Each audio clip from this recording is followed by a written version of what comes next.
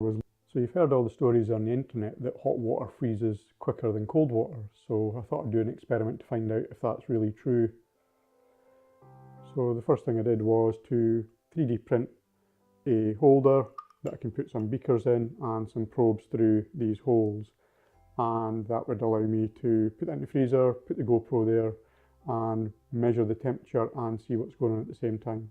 Unfortunately, for the first experiment, the glass beaker broke in the hot water one, so that meant I couldn't really rely on the figures from this one. So I thought I'd do a different experiment. So the next thing I did was to 3D print out something where the camera would be a fixed distance away from the cups. I'd also changed it so I could put the probes in from the bottom, and what that meant was that hopefully the probes would be in the cold water where the freezing was done on top, and we'd see probably better data out of that. One thing we noticed on this one was that with the open cups, the hot water evaporated, so the level of the hot water was lower than the level of the cold water. So that would probably account for sometimes why cold water wouldn't freeze as fast as hot water. So then I designed another holder, GoPro camera sitting at a fixed distance away, had some LED lights that would sit behind the ice so I could hopefully get a better picture. The probes I put in from the side, and I covered them in some blue tack so that the cold temperature of the freezer wouldn't flow through the probes. One thing that was a bit unfortunate was these were both at the same level, but the hot water one imploded, so the water level was a little bit higher, but they both got the same volume of water. And if you skip forward to the point that's on the screen there, you can see in detail the temperature of these freezing, you can see visually them freezing, and you can also see a defrost graph as well for how long it took. So I've rigged up a little experiment where we've got two little beakers, we've got two temperature sensors in there, and we'll put some boiling water in one side and cold water in the other side.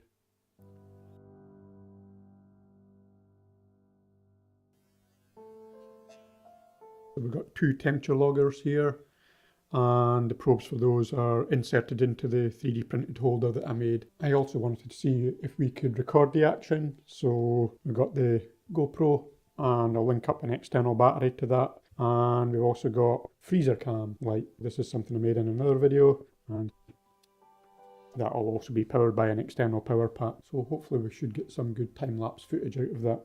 The temperature loggers I have only record up to 85 degrees C, so you probably won't see the temperature on there initially of the boiling water.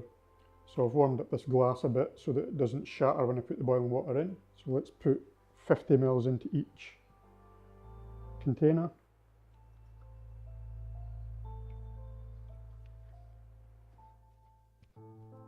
And I'll put the same amount into the other one.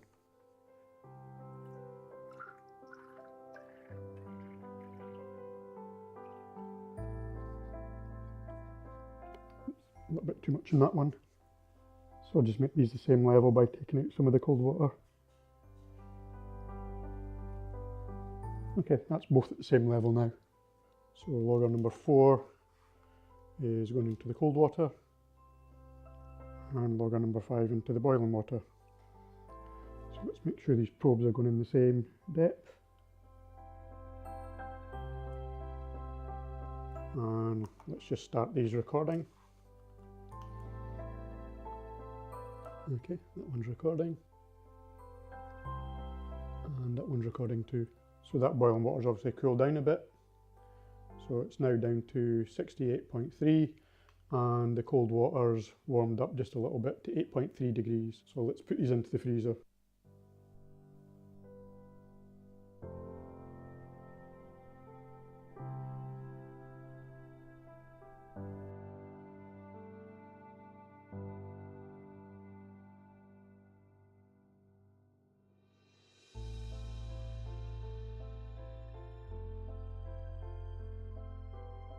The internal battery on the GoPro ran out. The temperature probe on the hot water got forced out. The hot water level fell.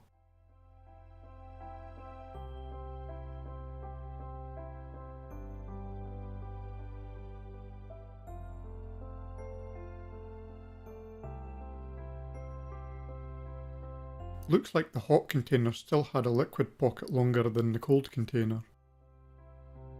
You can see the broken beaker here.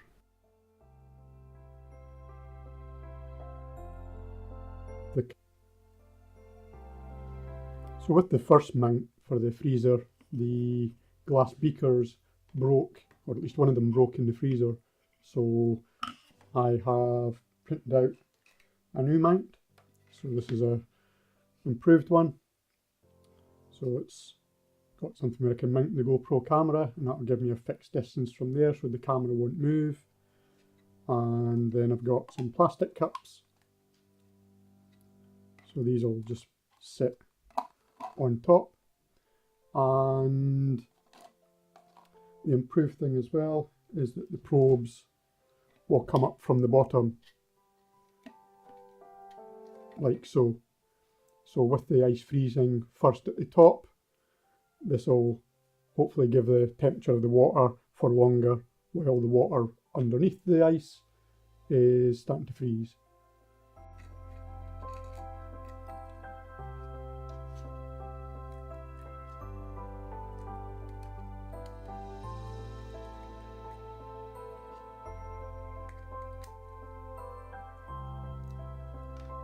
Let's grab a couple of LEDs.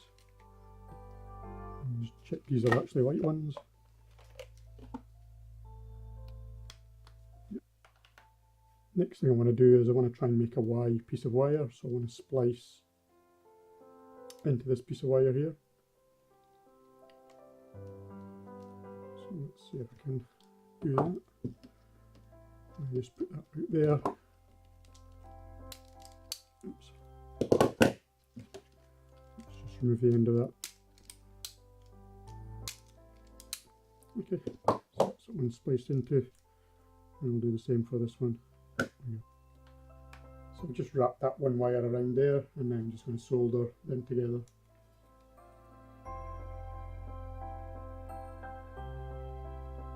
I might as well tin the ends of here while I'm at it. So now if I take my LED and power that with 3 volts, then I can see I'm getting about almost 20 milliamps. So that looks about the right brightness for what I want. So if I'm going to have a 5 volt supply and subtract the 3 volts for the bulb, that leaves 2 volts that I need to reduce the voltage by for when I want to power the LED. So I'm going to just put a resistor in there. So V equals IR. We want 2 volts equals 20 milliamps times resistor. So 2 divided by 0.020 equals a 100 ohm resistor. So I've got some 120 ohm resistors. So 2 divided by 120 equals 16.6 milliamps. Okay, so now we'll just take those 120 ohm resistors and we'll just solder them on.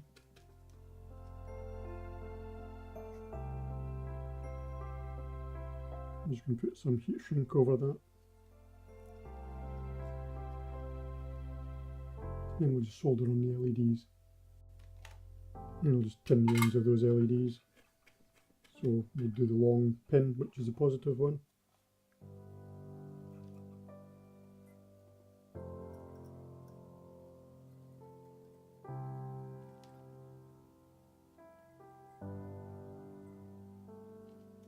And we'll just pull that shrink tubing over. And we'll just heat that up.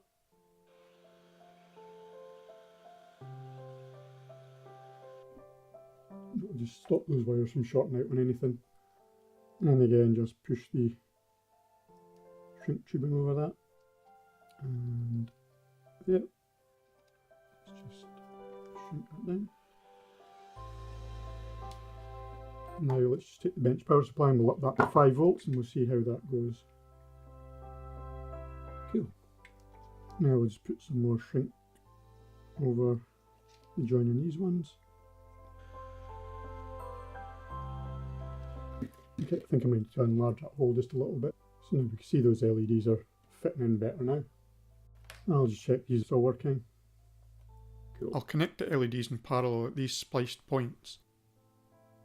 All that's left now is to put some electrical tape around these joints.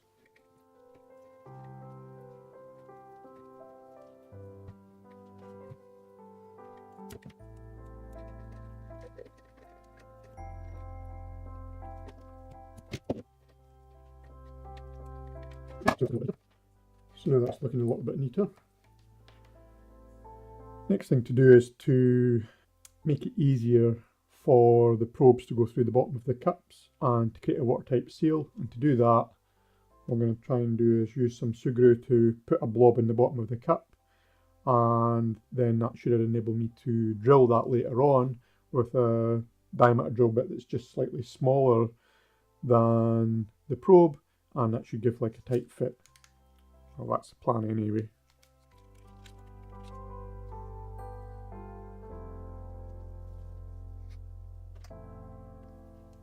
I'll just divide that in half.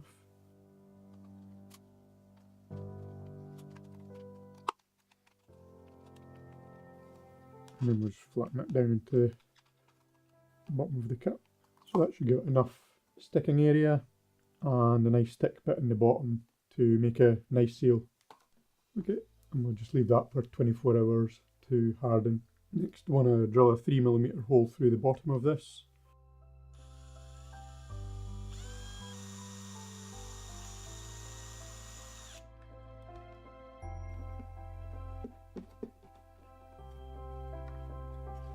So I can push the probe up through the bottom of that. So that's all good. And I'll just repeat that with the other cup. So that the cups don't move around, let's stick some pink blue tack. Okay, and I'll just repeat that for the other cup. So that's looking good. That's the probe set up and the cup's ready to go. So probes there both at the same height, which is good. So now we just take the GoPro and slide it into its bracket. I've removed the battery so I can power it solely from the USB-C, because I've found that if the battery is present, then the battery just runs down dead and switches off the camera. And because I'm using the USB-C to power this, and because when the camera gets cooled down to below freezing and then warms up again, then I just want to make sure that these ports are waterproof so that water doesn't get in. And I'll just cover up those ports. So that's covered up nicely. Let's get a cable tie.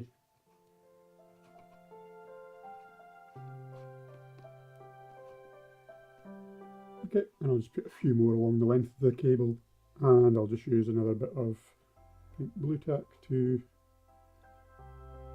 secure the camera, or rather secure the light on top of the camera. So now we have a nice tidy wiring loom, so that should make it all easier to put in and out. So here I've just added a temperature sensor to measure the temperature of the freezer as well. So let's fill up the left one with some cold water from the fridge. And now we'll add some boiling water. I think I just need a tiny little bit on the cold. Okay, they're now at the same level.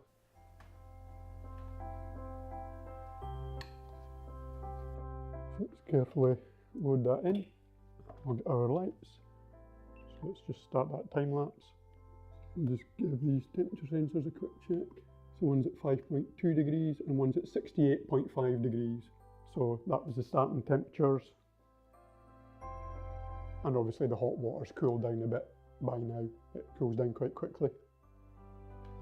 So we'll just leave that for a few hours.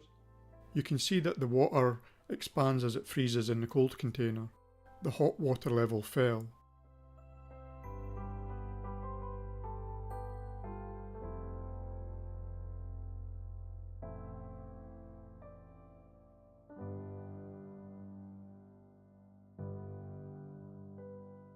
This is a graph of the water freezing. So it looks like the hot water froze quicker than the cold water here. So this is an update on the hot water versus cold water freezing experiment. Trying to improve the experiment a little bit. So trying to rule out the evaporation as being one of the things that's affecting it. So we've got bottles that have got lids on. I've got lights from the back so we can maybe see the water freezing more clearly. I've covered up the probes on the outside so the cold doesn't transfer through. Let's fill these up. I've got the logger set up now so I can start them. So that one's recording. So these are set to record every minute. Is the lines there for like so we know where to fill the water up to? That's right. So we'll just set this up to time lapse in there. Time lapse video. And we'll take a shot every 10 seconds. And that looks good framed. So let's start that. You want to put the cold water in there? Yeah. So you got to fill it up to that line. Slowly, you don't go over the line. No. It's going to go over. I think this experiment still works. How's that? Yeah. Just spot on it. Go Just by. sit back a little bit while Daddy does this bit. Yeah. Oh god.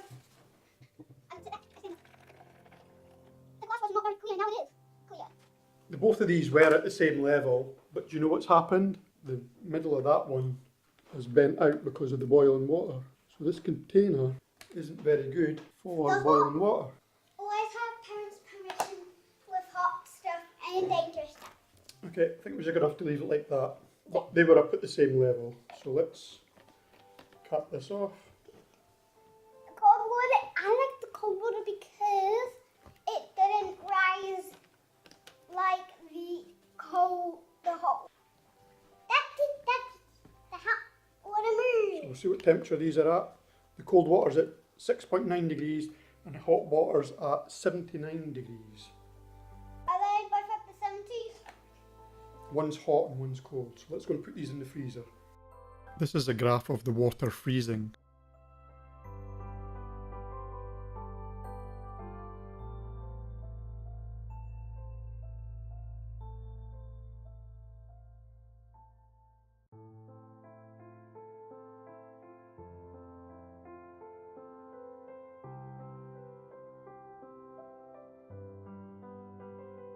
We can see the water level rising as the water freezes.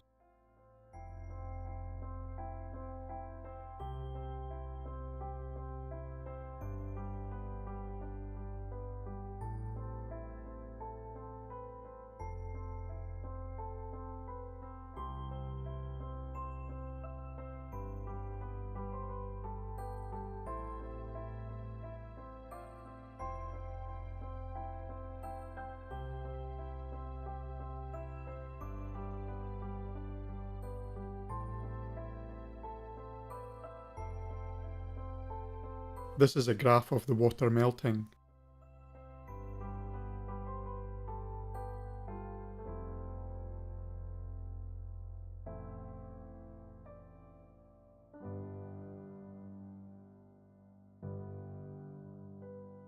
The hot water container is completely melted here. So does hot water freeze before cold water? All things being equal, if you've got a closed container, then in all likeliness, no, cold water will obviously freeze quicker than hot water. But if the conditions are just right, then sometimes hot water can freeze quicker than cold water. And there are several reasons for that, one of them being that the hot water can evaporate, so they're not the same volume of water to begin with. Cheerio.